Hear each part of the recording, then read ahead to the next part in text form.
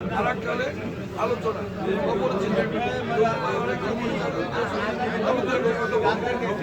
আমরা রাজনীতি করি একটা আদর্শে বেগম খালেদা জিয়া, তারেক রহমান, জিয়াউর রহমানের আদর্শে এবং বর্তমানে দফাতে রাষ্ট্র গঠন আমাদের জন্য যে ঘোষণা দিয়েছে আজকে রাষ্ট্রপতি জিয়াউর রহমানের উত্তরসূরি আমাদের প্রিয় নেতা ভারপ্রাপ্ত চেয়ারম্যান আজকে দলের মনোনীত প্রার্থী নির্বাচন করেছে। আমরা বাগেরহাটের বিভিন্ন দল মত যে কথা বলেছেন কিন্তু আমরা একটুভাবে বিশ্বাস করি বাংলাদেশ জাতীয়তাবাদী দলের প্রার্থী আমাদের এলাকার কৃতি সন্তান উচ্চ শিক্ষিত লোক এবং সর্বোপরি বাগেরহাটের নির্বাচনী আসন নিয়ে উনি যে পরিশ্রম বা যে মেধা যে দক্ষতা দেখেছে আমি হাইকোর্টে দুদিন গেছি। আজকে তো আমার মনে অন্য যত বড় ব্যারিস্টার দিতাম এরকম পরিশ্রম করে পারতাম।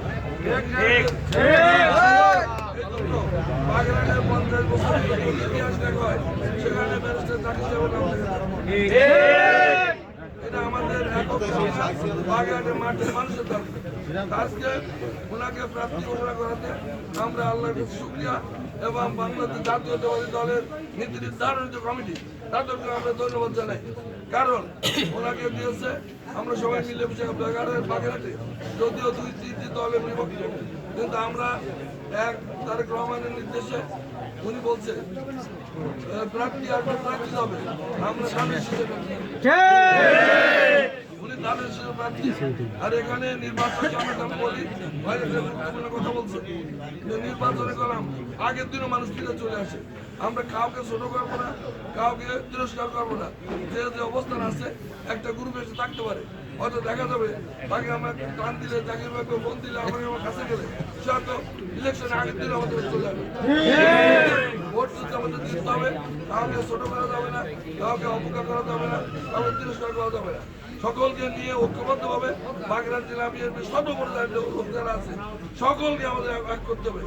নির্বাচন পার্লামেন্ট নির্বাচন বড় ব্যাপার, এটা ছোট ব্যাপার না, এটা ছোট করে দেখার কোনো সুযোগ নেই, অনেক বড় ব্যাপার।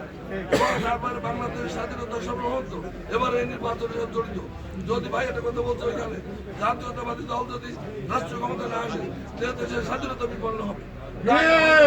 জাতীয়তাবাদী দলে প্রার্থীকে জিতাতে হবে জাকির ভাই প্রার্থীরা, প্রার্থী তারেক রহমান,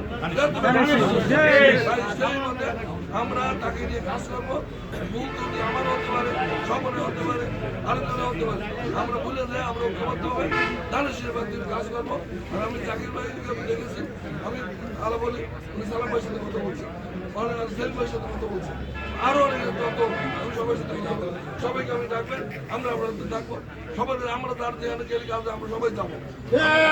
সবাইকে চাই আমরা ঐক্যবদ্ধভাবে কাজ করতে, ঐক্যবদ্ধ বিএনপি বাগেরহাট হয় ওনার নেতৃত্বে এইটা আমরা চাই। আসসালামু আলাইকুম।